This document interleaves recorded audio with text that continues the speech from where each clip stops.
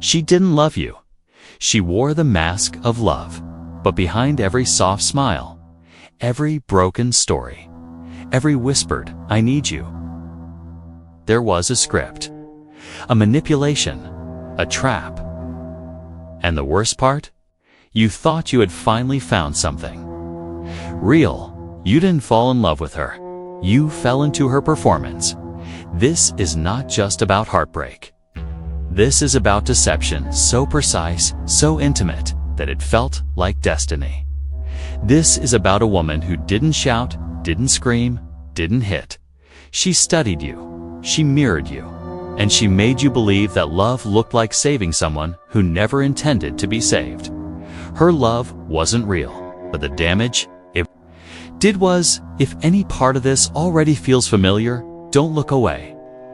You're not weak, you're not stupid. You were targeted. Because the hidden narcissist doesn't chase attention with arrogance.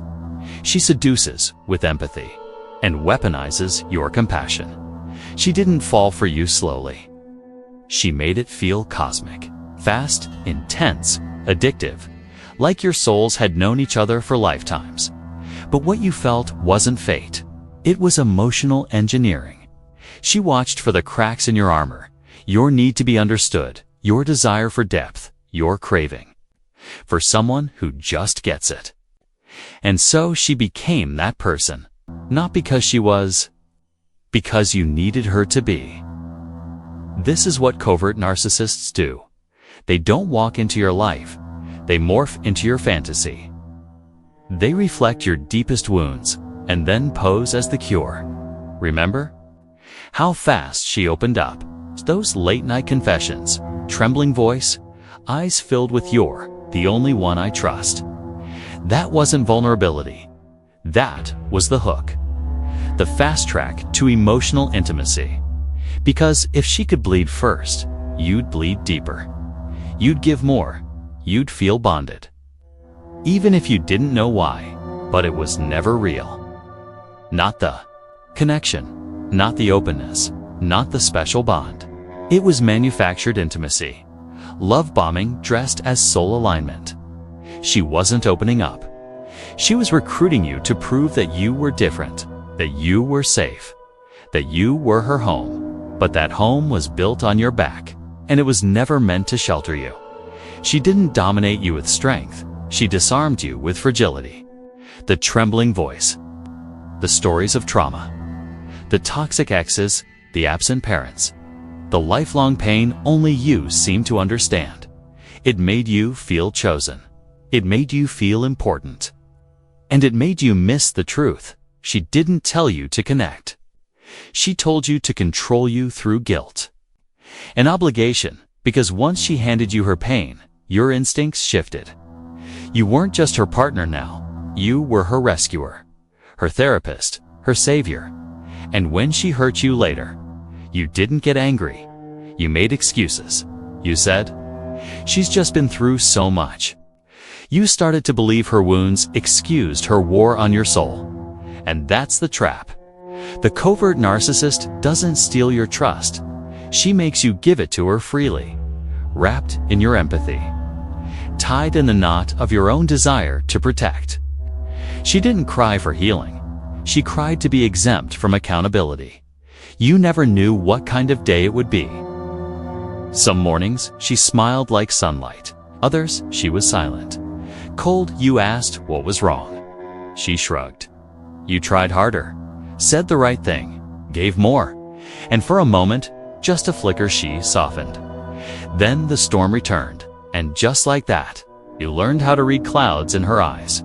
You monitored her moods like a weatherman, trying to predict the next storm, trying to stay one emotional step ahead. This wasn't love. It was emotional conditioning. It was behavioral control hidden in affection. And now, you don't even notice how much you've changed. You speak softer. You walk carefully. You apologize. First, even when you're not sure why, that's not peace. That's survival. She didn't argue. She rewrote. Events, promises, even words you swore, she said suddenly. You imagined them. You were too sensitive. You misunderstood. She became calm the more you questioned yourself, and that calm wasn't peace. It was power. Gaslighting isn't rage. It's surgical. It cuts not through yelling, but through doubt. Tiny edits to your memory, to your sense of self. Until the truth feels unstable, and you begin to ask, was it really that bad? You were trained to second-guess your instincts, to suppress your emotions, to view her perception as more accurate than your experience. That's not love. That's identity theft, emotional erasure. And she did it with a soft voice and kind eyes. In the beginning, she praised everything you did. The way you listened, the way you held her, the way you tried, and you tried so hard. But then, she went cold. Suddenly, the things that made her smile now annoyed her. She pulled back. You tried harder. You thought, maybe if I just get it right again, ... But that's the game. You weren't in a relationship. You were in an audition. Her affection wasn't love. It was reward-based. Control she gave it to keep you chasing, and she took it away to keep you small. You don't even recognize yourself anymore. You walk around constantly measuring your words, your tone, your presence, wondering if today you'll be enough. Not to be loved, but to be noticed. To avoid punishment, to feel safe again. But real love isn't a performance. It doesn't come with a scorecard. Doesn't make you earn your worth. She didn't have to scream. She didn't have to hit. She didn't need to call you names. All she had to do was make you feel like you were never quite enough. That's covert abuse. And the hardest part. It looks like love. It looks like sweetness. Tears. Regret. I didn't mean to. You misunderstood me. You're just different from other men. She didn't deny you affection. She gave it strategically, so you'd blame yourself when it's disappeared. Every conflict ends the same way. You apologizing, you fixing it. You stepping up again. But who fixes you? Who holds you? Because you've been holding her like she's broken china. And she's been holding your self-worth hostage. And the worst part, you thought this was love. This wasn't love. This was a campaign, a manipulation, an emotional trap disguised as tenderness. You were not seen. You were scanned. You were not chosen. You were selected like a tool. You weren't loved. You were used. And it's time to name that, not to hurt her, but to free yourself, because clarity is the first cut that breaks the chains. We're about to expose how the manipulation deepens, how your boundaries are flipped, your friends cut off, and your strength used against you. Because this stopped being about her a long time ago, now it's about you. Getting your mind back, getting your power back, getting you back. Stay with me. You're just beginning to wake up from the lie that was once called love. You started losing people, not because they changed, but because she did. Because slowly, subtly, she began to isolate you. Not with demands, but with doubts. Not with ultimatums, but with carefully planted suggestion shit sounded like concern. She never said, "Don't see your friends." She just asked things like, "Do they really support you? Why do they always seem cold toward me? Have you noticed how they don't really respect what we have?" Can you? Defended her every single time, not because you were blind, but because she made you feel like choosing her was proof of love, and not choosing her. That meant guilt, distance, withdrawal. She didn't build a wall around you. She built a story, a reality where only she truly understood you, only she truly saw you, only she truly loved you. Everyone else, they didn't get it. They didn't care, or worse, they were jealous of what you two had. And the more you bought into that narrative, the more you isolated yourself. A little at first, a missed call here, a maybe next time text there. But eventually, you went quiet. You weren't just separated from others. You were reprogrammed, rewired, because in her world, Connection was a threat. Independence was betrayal. And strength that had to be dismantled. Not all at once. She was smarter than that. She didn't attack your spay. She questioned them gently, the way someone might question a child who wants to fly. Are you sure that's realistic? Maybe wait until things settle down. You've been so stressed, why not rest a bit? It sounded like care, but it was sabotage, strategic sabotage, because every time you tried to rise, she reminded you how tired you were, how risky it all was, how maybe, just maybe, you weren't ready yet. She clipped your wings, not with scissors, but with whispers, because she didn't need to lock you in a cage if she could convince you the sky was dangerous. And over time, you began shrinking, not because you weren't capable, but because being small felt safer than being scolded. Being silent felt safer than being shamed, and staying the same felt safer than being left. Your voice got quieter, your presence got smaller, your goals began gathering dust. You didn't want to rock the boat. You didn't want to make her anxious. You didn't want to lose the tiny affection she gave you on her terms. So you did what survivors do. You adapted. You stopped expressing your real thoughts. You edited yourself to keep her regulated. But what about you? What about your needs, your dreams, your fears? They were always too much, too inconvenient, too threatening. If you were overwhelmed, you were dramatic. If you were frustrated, you were angry. You were hurt too, were too sensitive. She created rules you never agreed to and punished you for breaking them. This wasn't love. It was a behavioral lab, a conditioning chamber. She'd reinforce you with attention. You played your part and withdraw if moment you strayed. Peace never lasted long. Every time you got comfortable, she'd change the script. A random fight, an intentional misunderstanding, a sudden cold front with no explanation. She needed chaos, not because she liked drama, but because chaos made you easier to manage. When you're confused, you seek clarity. When you're disoriented, you look for something stable, and she'd always position herself as the only source of peace after she created the storm. So you clung to her not because she brought calm, but because she promised to end the chow she herself created. And over time, you stopped recognizing yourself.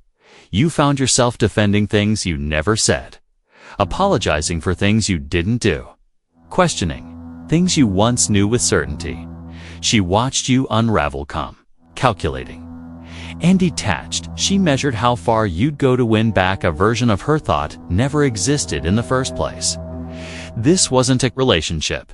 It was a system of control where every compliment had a leash. Every "I'm proud of you" was paired with a backhanded jab. Every "I love you" came with an "as long as." You were never loved unconditionally. You were loved conditionally as long as you performed, as long as you were grateful, as long as you didn't question her, as long as you gave more than you got. And so you gave more time, more energy, more forgiveness, more pieces of yourself, hoping that if you just did enough, she'd finally love you the way she once did. But that love, that version of her, it was never real. It was bait, and now you live on crumbs. You celebrate scraps of kindness like they're feasts. You tolerate discomfort base. At least it's not as bad as it used to be. You stay silent in pain back. You believe silence earns you safety. That if you just stay small enough, quiet enough, useful enough, she won't withdraw again. But silence doesn't protect you. It protects her, because silence is what she needs to keep control. She didn't just manipulate your emotions, she colonized your nervous system. Now, you flinch when someone's kind. You second-guess joy. You brace for the crash shivery times something feels good. Because she trained you to associate love with danger. And that's not just emotional damage. That's trauma. It's called covert narcissistic. abuse, but knowing the name isn't enough. You need the truth, and here it is. The hardest truth of all. She didn't love you. She loved your willingness to bleed for her, but you've bled enough. You've given enough. You've broken yourself in tow. Enough pieces to fit into her story, and now it's time to stop bleeding, to stop apologizing for hurting, to stop mistaking survival for love. Because the next chapter isn't about holding on. It's about letting go. Letting go of the story. Letting go of the shame. Letting go. Allegiate. You were ever the problem. You weren't too much. You were just to re-author. Okay. Someone who only knew how to play pretend. And when you're ready, we'll go further, into the discard, into the guilt, into the cycles that keep you stuck. Because this isn't just survival anymore. This is your return. She began to pull away. Not suddenly, not clearly, but enough that you felt it. The warmth began to drain. The light in her eyes went dim. You could feel her slipping, like holding water in your hands. The texts got colder. The affection became mechanical. The conversations hollow. You asked if she was okay. She replied, "I'm fine." You offered to talk. She said, "You're overthinking." You begged for closeness. She sighed, "You're too much." And just like that, the love you sacrificed so much for was no longer being shared. It was being rationed. Or worse, redirected. Because she wasn't just pulling away. She was preparing for the discard. But here's the truth. She didn't leave because you failed. She left because you figured it out. You stopped being fun to manipulate. You stopped reacting the same way. You started asking questions. You started noticing the mask. And narcissists don't stay where there's awareness. They thrive in confusion, in compliance, in admiration. So she needed a reset. A clean slate, a new audience, someone untouched by her patterns. Someone who still believed the performance. And so, behind your back, she started rewriting the story to you. She was cold. But online, she was glowing. Posting, laughing, liking pictures, making new connections. Suddenly, she's thriving, living her best life, healing from you. You became the villain. She became the survivor. She told people you were distant, that you didn't support her, that you never truly saw her. She told them she tried, that she loved you, that you were just too damaged to love her back. And to people who didn't know the truth, that story sounded real. That's what covert narcissists do. They end the relationship in a way that leaves you too shattered to speak up, and too confused to even understand what just happened. She discards you, but makes you think you discarded yourself. And the cruelest twist, you still missed her, even with the lies, even with the silence. Even as she flaunted a new supply, a new you, a new puppet. You missed her. Because trauma bonds aren't broken by the truth. They're broken by healing. She made you addicted to hope. The hope that maybe, just maybe, the real her would come back. The soft one. The loving one. The version that once whispered, "You're the only one who gets me. You're my home." But that version was never real. It was bait. A lure. A costume she taught you to crave the very thing that was destroying you. So now, when you're alone, you confuse withdrawal with longing. You mistake silence for punishment. You second-guess yourself for wanting closure from someone who only offered confusion. And that confusion? It wasn't weakness. It was conditioning. This isn't just heartbreak. It's psychological warfare. Because when love is used as a weapon, you don't just feel hurt, you feel unreal. You question your memory, your judgment, your sanity. You ask yourself, was it really that bad? Maybe I was too much. Maybe I pushed her away. But here's the reality. You weren't too emotional.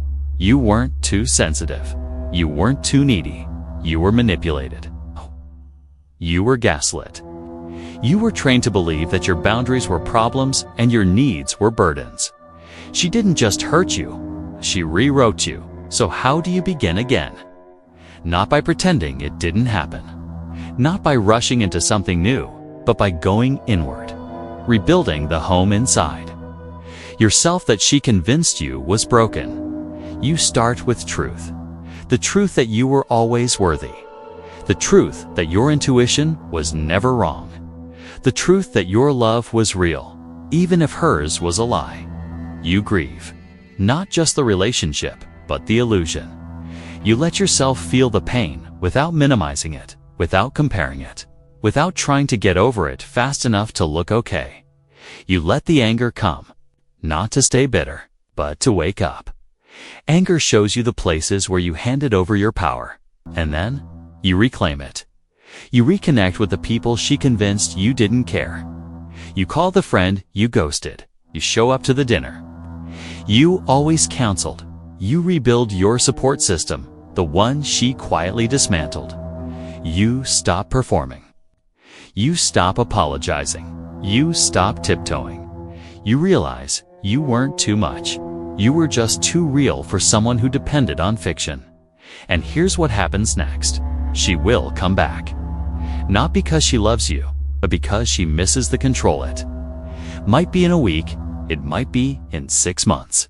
But it will happen. The mask will slip with the new supply. The admiration will run out. And she'll remember how much you gave.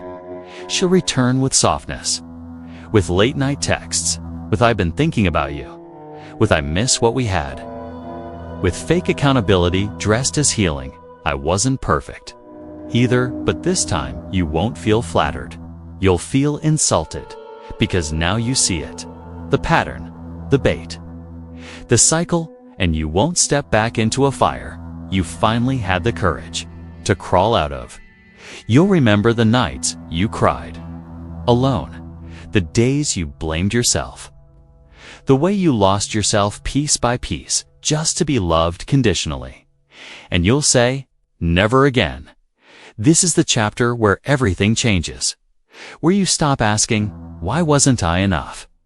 and start asking, "Why did I tolerate so little?"